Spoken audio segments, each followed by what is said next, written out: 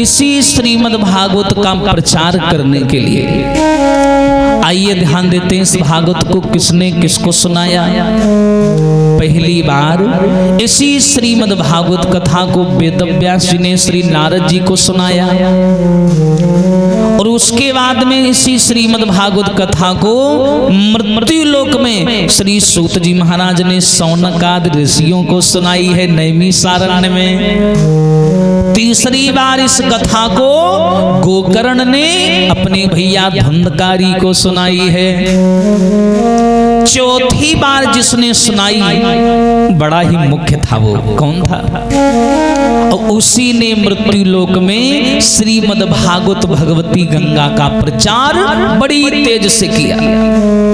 एक तरीके से मानो भगवान ने उसे अधिकार दे दिया कि तुम्हें श्रीमद् भागवत कथा का प्रचार करना है। नाम था सुखदेव जी महाराज।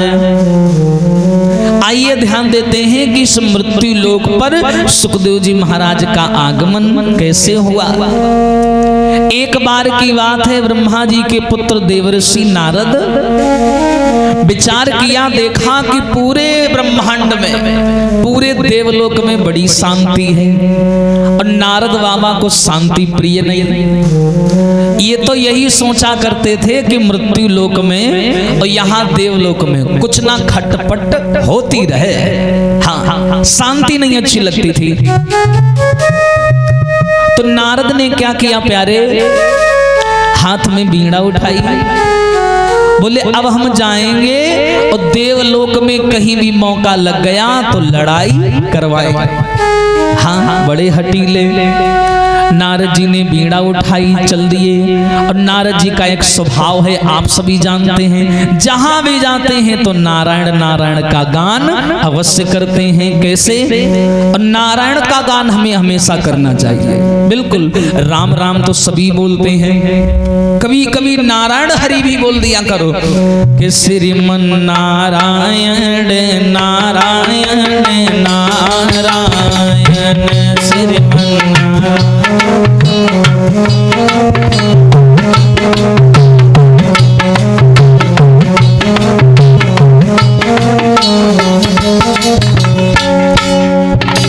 नारद जी नारायण नारायण कहते हुए चल दिए भैया। श्रीमन नारायण नारायण नारायण।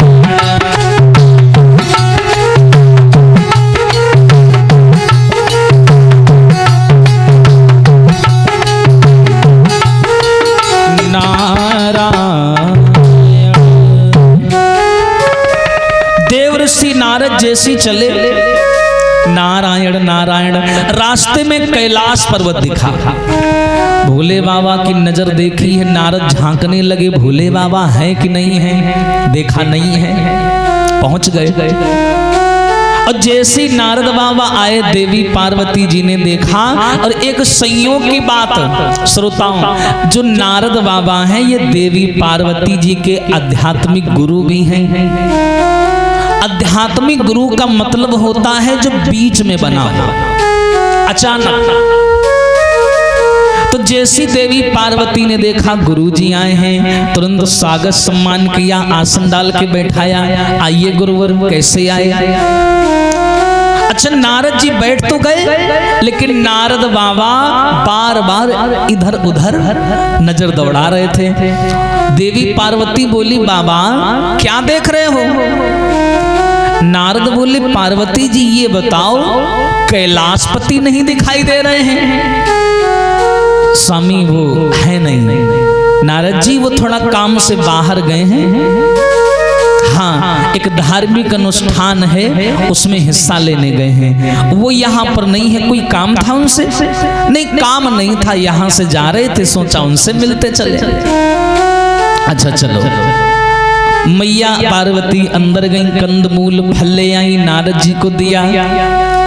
नारद जी ने कंदमूल फल खाया। फल के अलावा अन्न का सेवन नहीं करते थे।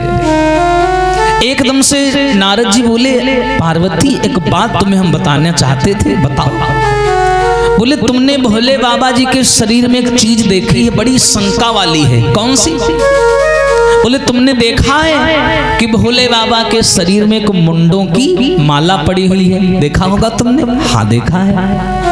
तो पार्वती के तुमने कभी उनसे पूछा कि बाबा ये माला किसकी है? इसमें जो ये सर लटक रहे हैं ये किनके हैं? अरे भैया देवी पार्वती जी चक्कर में पड़ गई। बोले ये राम राम, ये बात तो हमने कबू ना पूछी। नारद जी बोले देखा, तुम तो उनकी पत्नी हो फिर भी तुमने ध्यान नहीं दिया, और हम तो इतनी दूर दूर रहते हैं, देखो हमने पकड़ ली चोरी। आज भोले बाबा जब आवे ना शाम को, तब उनसे पूछना कि बाबा जो ये गले में मुंडों की माला पड़ी है, इस माला में जो ये सिर लटके हैं, ये सर किसके हैं? ये पूछना जरूर। नारद जी ने देखा कि पार्वती जी के माथे पर सिमटे पड़ने लगी। नारद जी जान गए नारी है, असर हो चुका है। हाँ, हाँ। चल दिए नारद जी नारायण नारायण करते हुए। ये तो चले गए, लेकिन सती जी को चैन नहीं पड़ रहा, नारी है। और नारी को ऐसी बातों में बड़ी चिंता हो जाती है, जब तक वो जड़ तक पहुंच नहीं जाएगी तब तक चैन नहीं। अब नारद जी चले आए, पार्वती जी पूरे कैलाश पर्वत में चक्कर लगाएं, अंदर जाएं फिर बाहर आवें। हाँ, बार बार विचार कर रही हैं किसके हो सकते हैं? रिश्तेदारों के होंगे? नहीं नहीं नहीं, उनके नहीं होंगे, उनके होंगे, उनके होंगे। ऐसी ऐसी बातें दिमाग में चल रही। अचानक भोले बाबा आ गए। जैसे ही भोले बाबा आए, एकदम पार्वती सामने खड़ी हो गई। बाबा बाबा एक प्रश्न है तुमसे। भोले बाबा बोले अरे मैं इतनी दूर से आया, ना तुमने पानी को पूछा ना भोजन को पूछा, सीधे प्रश्न, ये कौन सी बात है? पार्वती बोली बाबा मुझे माफ करना, लेकिन जब तक मैं जान नहीं लूंगी मुझे चैन नहीं पड़ रहा है। मैंने भी सुबह से भोजन नहीं किया, मुझे वो बात जाननी है। कौन सी बात?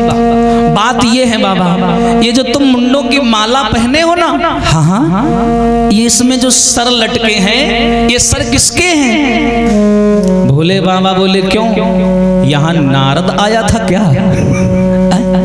बोले हाँ आया था, लेकिन तुम्हें कैसे पता? भोले बाबा बोले हम समझ गए, लड़ाई लगवाना, घर घर में आग लगाना, ये उसी का काम है। हाँ, अब रही बात जो तुम पूछ रही हो ये सर किसके हैं, तो सुन लो। भोला ने हाथ पकड़ करके गौरा से बचन उचारे हैं, और ये सर की बातें करी रही हो, ये सबरे शीस तुम्हारे हैं।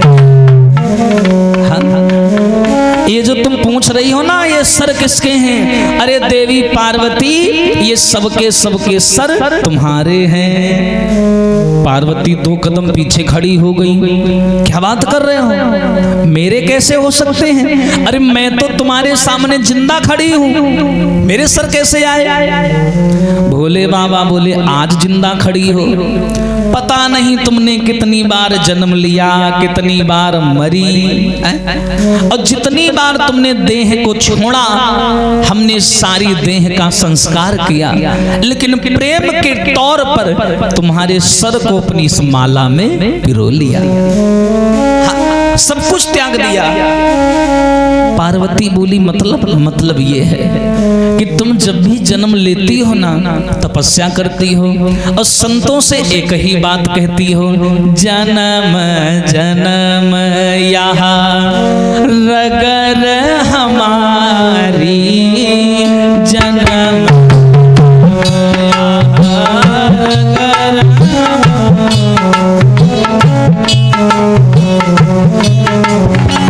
जन्म जन्म यहाँ हो रगर हमारी। क्या कहती हो तुम? बरऊं शंभु नत रहाऊं कुंवारी, बरऊं शंभु नत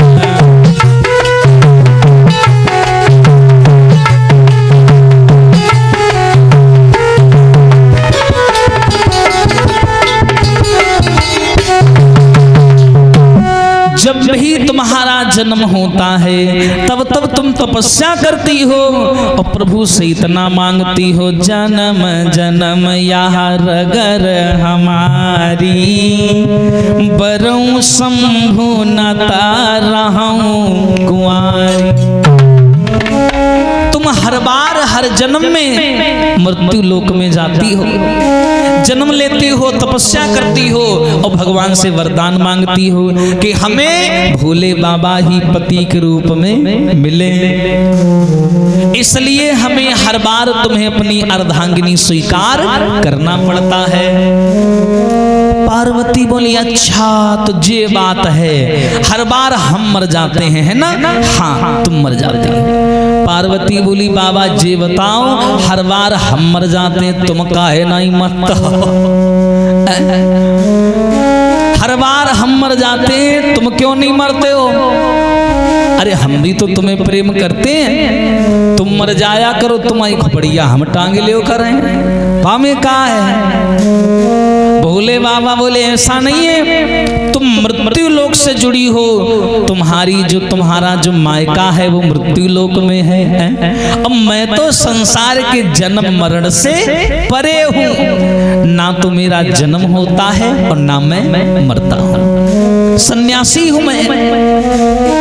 हाँ, लेकिन तुम मृत्यु लोक से जुड़ी हो और मृत्यु लोक का पहला शब्द ही मृत्यु है। वहां जन्म लिया है तो मृत्यु को प्राप्त होना पड़ेगा। फसल बोई गई है तो काटी भी जाएगी। मृत्यु लोक में सूर्य उदय हुआ है तो अस्त भी होगा, प्राणी का जन्म हुआ है तो मृत्यु भी होगी। पार्वती बोली, बाबा तुम सन्यासी कैसे बन गए? हमें भी बना लो। भोले बाबा बोले, सन्यासी बनना कोई पढ़ाई करना नहीं होता है सती जी। सन्यासी का मतलब होता है प्रभु राम के चरणों की रजधूल का अधिकार पाया है हमने। जानती हो, राम कथा के हम अधिकारी। अरे राम कथा का मैं तो अधिकारी हूं, और दूसरी बात, एक जो अमर कथा है वो हमें कंठस्थ है, याद है, हम उसके वक्ता हैं, इसीलिए हमको काल कभी छू नहीं पाता। सती जी बोली, ऐसा करो, देर ना करो, ये राम कथा हमें भी सुनाओ, हम भी सुन लें और ये बार बार मरने जीने का झंझट खत्म हो जाए। हाँ, भोले बाबा बोले, राम कथा हम सुना तो देंगे तुम्हें, लेकिन राम कथा सुनने के लिए कुछ नियम है जिनका तुम्हें पालन करना पड़ेगा। पार्वती बोली, हाँ हाँ हम कर लेंगे, कर लेंगे, आप नियम बताओ। नियम क्या है? भोले बाबा बोले, तुम सारे नियमों का पालन कर लोगी, लेकिन एक नियम जो सबसे तगड़ा है वो है नींद पर विजय प्राप्त करना। कर पाओगी? 7 दिन की कथा है, कर पाओ तो बताओ। सती जी बोली, सोना हो पाई है। तुम सोचो कि मैं 7 दिन जग के कथा सुने तो नहीं सुन पाएंगे। हाँ, दिन में कथा कही हो, संजा को हम सोए ली, ऐसा नहीं हो सकता क्या? भोले बाबा बोले, नहीं, तुम्हें बराबर जगना पड़ेगा। जो शारीरिक क्रियाएं होती हैं हमारी, मद, मज्जा, शौच, इन सब पर विजय प्राप्त करनी पड़ेगी। बताओ, कर पाओगी? सती जी बोली, बाबा कर तो नहीं पाएंगे, पर अगर आपका आशीर्वाद रहा तो एक प्रयास अवश्य कर सकते हैं। कहते हैं जब सामने वाला प्रयास करने पर उतर आता है ना, तो क्षमा करने वाला आदमी भी सोचता है चलो इसको एक मौका दे दिया जाए। हाँ, चलो अच्छा ठीक है, हम तुम्हें कथा सुनाएंगे। लेकिन सती, ये राम कथा है, राम कथा हर कोई के बस का नहीं है सुनना, और बड़ी साधारण है, कठिन नहीं है। एक बार सुन लोगी जीवन धन्य हो जाएगा। अरे मैं तो समस्त समाज से कहता हूं, ज्यादा तुम कुछ ना करो, केवल रामचरितमानस की एक चौपाई सवेरे उठ करके बोलते रहो। कौन सी? ए जी, मंगल भवन अमंगल हारी, मंगल भवन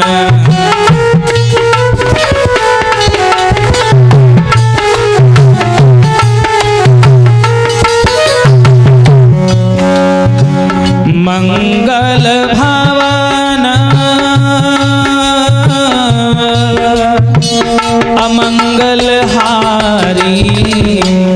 सती जी द्रवहूँ सो दशरथ, बड़ी दम है। द्रवहूँ सो दशरथ अजिर बिहारी, द्रवहूँ सो दशरथ।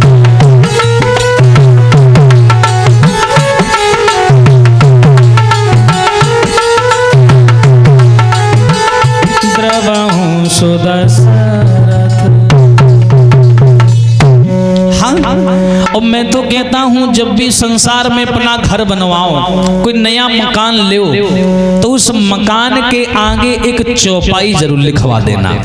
हाँ, आजकल लोग शहर में मकान लेते हैं ना, पहले लोग लिया करते थे तो मकानों पर लिखवाया करते थे सुस्वागतम, शुभ लाभ। अब शहर में चले जाओ, मकानों पर लिखा रहता है कुत्तों से सावधान। हाँ, अब जब कभी मकान ले तो एक चीज जरूर लिखवा देना, हमने भी लिखवा रखी है। कौन सी? यहाँ से निकले जो नर नारी, सबको सीता राम हमारी। ये जरूर लिखवाना, यहाँ से निकले जो नर नारी, सबको सीता राम हमारी। तुम नहीं भी हो घर पे तो भी तुम्हारी सीता राम पहुंच रही है। इसलिए प्यारे भोले बाबा ने सती मैया को साथ में लिया, लेके चल दिए। आ गए अमरनाथ में, बड़ी ठंडक पड़ती है वहां पे, बर्फीला इलाका है। जैसी आए पार्वती जी ठंड में सिकुड़ने लगी। भोले बाबा बोले बताओ तुम तो वस्त्रों से लीन हो, हम तो उंघारे हैं। यही फर्क होता है जीव में और सन्यासी में। तुम जीव हो, जीव को जन्म लेने के बाद मरना पड़ता है, पर सन्यासी मृत्यु और काल से हमेशा परे रहता है। काल उसके इर्द गिर्द भी नहीं भटक सकता। भोले बाबा ने क्या किया? त्रिशूल उठाया और आज्ञा दी, कहा जाओ इस गुफा में जितने भी जीव हैं, जंतु हैं, सबको निकाल के बाहर करियाओ। जब तुम्हारे त्रिशूल के बीच मध्य वाले भाग से ज्वाला निकलेगी तो सारे जीव डर के मारे बाहर हो जाएंगे। त्रिशूल ने पूछा ऐसा क्यों? भोले बाबा बोले मैं पार्वती को अमर कथा सुनाऊंगा। अगर पार्वती के सिवा किसी दूसरे सदस्य ने सुन ली और वो अमर हो गया, पता नहीं वो अपनी शक्तियों का दुरुपयोग ना करने लग जाए। इसीलिए कहते हैं परमात्मा शक्ति उसी को देता है जो सदुपयोग करना चाहे। लेकिन जिसे शक्ति मिल जाए फिर अगर वो दुरुपयोग करने लगता है तो याद रखना समाज में छीण होता चला जाता है। वो छीण। भोले बाबा ने सती को बिठा लिया, सबको निकाल के बाहर कर दिया। भोले बाबा ने आसन लगाया, कथा सुनाने लगे। पार्वती सामने बैठ गई। भोले बाबा बोले देखो मैं तो नेत्र बंद करके प्रभु राम के चरण कमलों का सानिध्य प्राप्त करूंगा, ध्यान करूंगा, फिर तुम्हें कथा सुनाऊंगा। लेकिन हे देवी पार्वती बीच बीच में हुंकारी देती रहना। बीच बीच में हूं करती रहना ताकि हमें लगे कि तुम कथा सुन नहीं हो। पार्वती बोली ठीक है। कथा सुनाने लगे भोले बाबा। अब नई नई कथा सुना रहे हैं तो पार्वती जी को बड़ी उमंग है, बड़ा मेहनत से सुन रही है।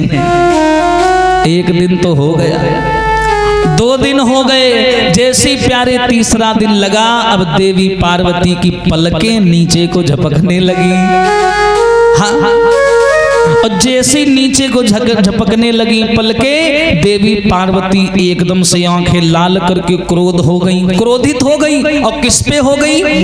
भोले बाबा पे नहीं, किसी पे नहीं। जो नींद की देवी होती है जिनका नाम है निद्रा माता, इन पर क्रोधित हो गई और लड़ने लगी। क्या कि नींदिया बाई के घर जइयो, जा घर राम भजन ना होए।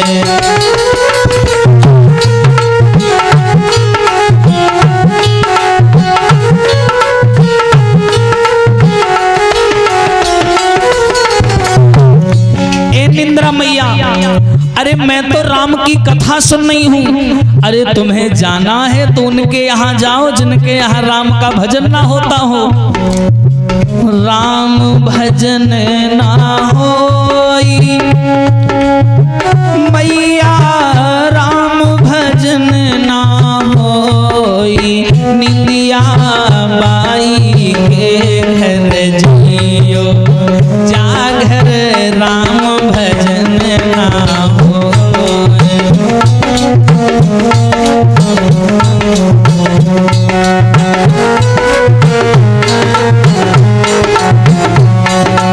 लेकिन माता तुम मुझे सता रही हो, मुझे गलत मत समझना कि मैं जग रही हूँ। रात में कौन कौन जगता है मैया? हाँ, कई कोई जागे रोगी भोगी, कई कोई जागे चोर। माता रात में कई कोई जागे रोगी भोगी और या फिर जागे चोर, है ना? हाँ, या फिर जागे संत महात्मा, या फिर जागे लगी राम से डोर, निंदिया बाई के घर जइयो, जागर राम भजन ना हो।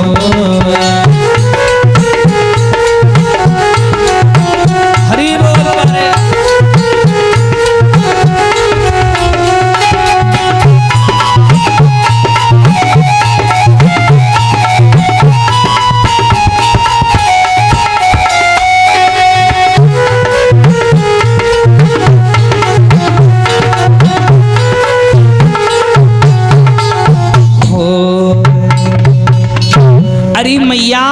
तुम्हें जाना है तो वहां जाओ जहां राम का भजन ना होता हो।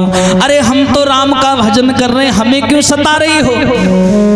एकदम से निंद्रा मैया ने उत्तर दिया, एक बात बताओ पार्वती जी, सच बोलना, झूठ मत बताना, क्या तुम दिल से राम का भजन कर रहे?